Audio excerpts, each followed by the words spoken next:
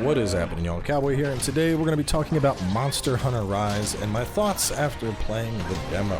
So at this point I have roughly 15 hours, I'd say, in Rise. We did 2 streams of it, played a little bit off stream, both handheld and docked, trying out all the different weapons, hunting the monsters currently in it.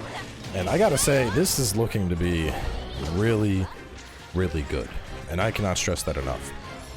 Based on what we have seen so far, this game is the love child of World and Generations Ultimate, which are coincidentally my 2 favorite Monster Hunter games. GU obviously boasting just a massive number of monsters in it, as well as some really cool stuff with both hunting arts and hunting styles, and then World with huge quality of life changes, as well as some fleshed out movesets, kind of taking the best of each of the hunting styles and pulling them all together. And in Rise, we are looking to be getting the best of both worlds. We have the quality of life changes that we have come to expect in World. Stuff like, not needing to carry around mining picks or not carrying bug nets. All of that stuff, being able to heal while we move, no loading screens as we transition around the map. All of that stuff is making its way into the game, which is lovely. But at the same time, we are getting a lot of the stuff that was really nice about the older games. For example, the weapons are fully fleshed out weapons. You don't have weapons that are just a default model with parts of the monster stapled onto it like we have with the bone weapons in World. That's no longer the case. On top of that, the silk bug attacks, for those that played Generations, very, very reminiscent of something we used to have called hunting arts. So much so that we're actually seeing some moves that are identical to previous hunting arts, which basically indicates kind of what I said. This game is the offspring of both World and Generations Ultimate pulled together. Now, I'm not just pulling this information out of my ass. Quite a few of these things have actually been uncovered via data mining. There's a big thread on Reddit if you want to look more into it. That's obviously filled with spoilers. But the basic gist, while spoiling as little as I can, is that we are going to have access to multiple Wirebug skills. We're going to be able to pick and choose which ones we want. And probably even bigger than that, we're going to be able to customize certain aspects of our weapon. So very similar to how we had Valor Longsword or Valor Greatsword or Valor Hammer, some of the things that made them so unique and different in their playstyle compared to something like, say, Striker back in GU. We are actually going to see a lot of those in the terms of weapon customization options. And an example of this that exists right now is the hunting horn. We are playing an attack variant of the hunting horn. Now, the more melodious hunting horn, where you are typically, going through and playing your notes and then playing the songs, that still does exist in Rise, but it is a different setup with the horn than what we are experiencing in this demo. And that's something that personally I am really excited about, because it means we are going to have more hunting variety than ever before. We still have these fully fleshed out movesets that we have with World, but how there were little bits and pieces that you may have really liked about hunting styles in GU. Well, imagine if you had the World moveset, but you were like, you know what, I like the World moveset, but I really wish I had a depth dodge. Boom, you can do that now. That is basically what Rise is shaping up to be, and to me, that is absolutely just staggeringly amazing. I mean, you'd have to have played GU and World to really understand where I'm coming from, but just know that the amount of moveset customization we are going to have available is going to be outrageous, and so much so that the combat in Rise will hands down be the best Monster Hunter combat we have had so far. There's no question about it. It's going to be freaking bonkers. So all that out of the way, there's also a lot of things that I didn't expect that I'm really, really enjoying here. For one, how they changed the map up with finding monsters, A lot of people weren't sure, and we're not going back to paintballs, we're not even going back to scout flies.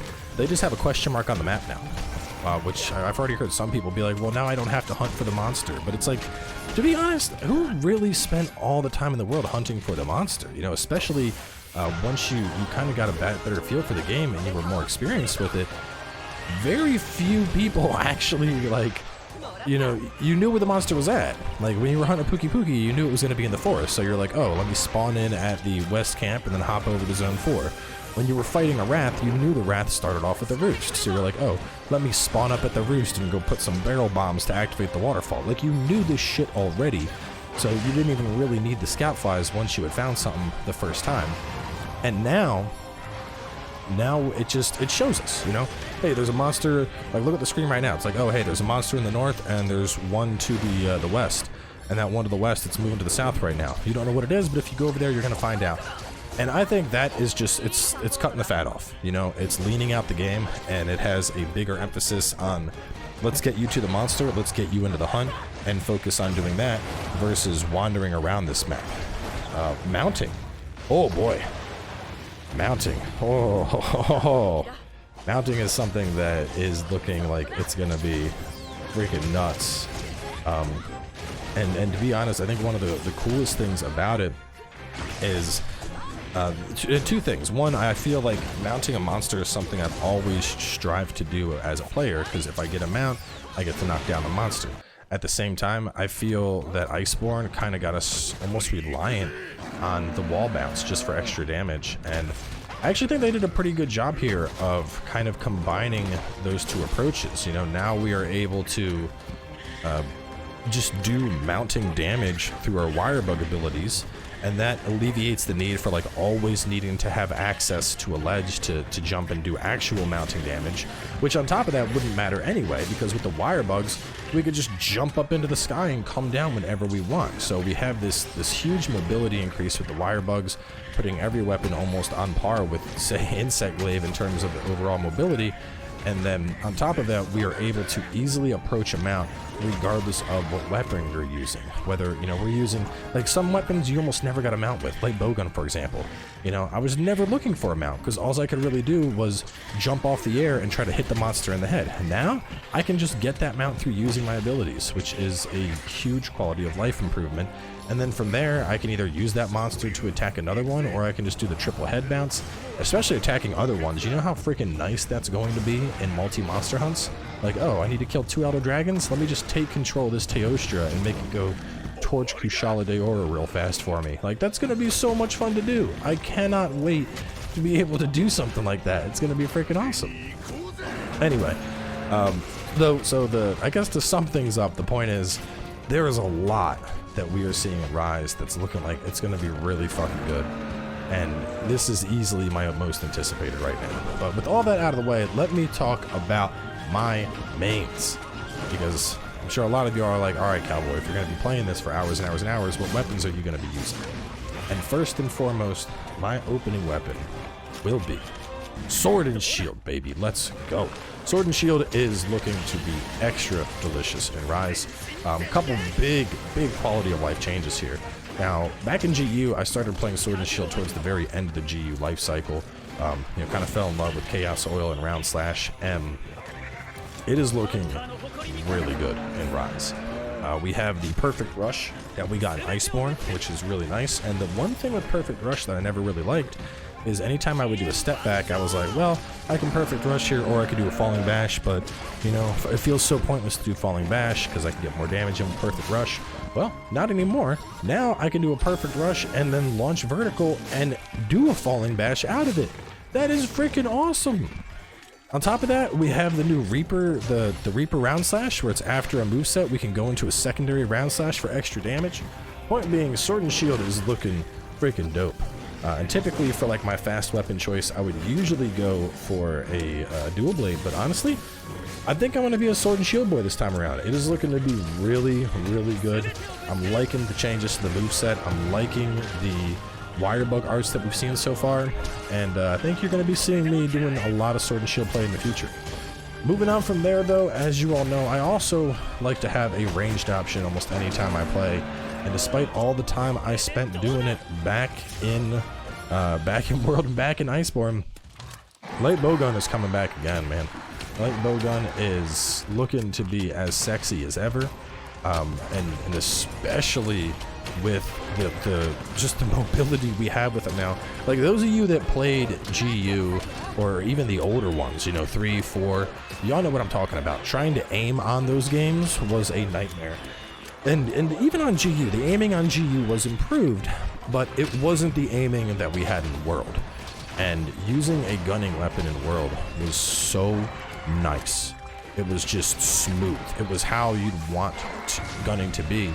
And finally having that playstyle on the Switch, I'm so excited for it. Everything I loved about light bowgun is here. You know, we have this super dashing shotgun explosive blast to the face, which is super slick. We have the same evasive capability from before. They even gave us cluster ammo now on light bowgun. It's looking to be freaking good. I don't know if I'm going physical light bowgun or if I'm going all in on it and making elemental sets with it. I usually end up dabbling with elemental, but I don't know if I'll be doing more elemental light bowgun or elemental sword and shield. But regardless, it's looking to be really good. Like really, really good. So definitely excited for light bowgun. I'm going to be doing a ton of that. But that's not all. As y'all know, I also like to have a thick boy weapon. And when it comes to being thick, honestly, I don't think there is anything that can compare to how freaking good the new hunting horn is.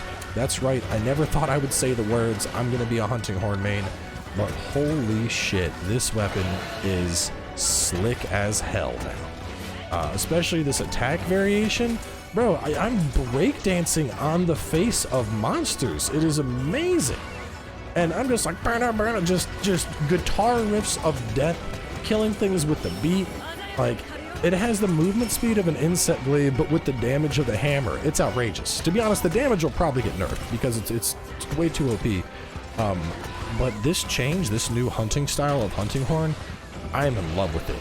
It is so freaking fluid, and it just integrates perfectly. Like, god damn, it's so good. I cannot stress that enough. Like, if you have the demo, you absolutely owe it to yourself to try out the new hunting horn. Because if you don't, you're doing yourself a disservice. It is outrageously fun and easily one of the best new weapon styles I've ever experienced. It's just fun. It is unadulterated fun. So anyway, all that out of the way though, I would say those are going to be my main three. That's not to say those are going to be the only weapons I'm going to play. Honestly, in the long term, I'll probably have a build for just about every weapon. As y'all know, I tend to be very ADHD and like hunting with lots of variety. But from at least the start of the game, I think those are going to be the three that I'll be focusing on the most. So either way, we are going to wrap this one up here. More than likely, I'll actually have a couple standalone videos doing hunts, either going after Mizu or the Rathalos, or maybe the two smaller monsters, just to kind of showcase some of the weapons I'm enjoying a bit more, and you know, the full move sets and potential of those weapons. But we're going to wrap this one up here for now. Thanks for tuning on in. Hopefully you guys are enjoying the Rise content, and I'll catch you soon enough with more.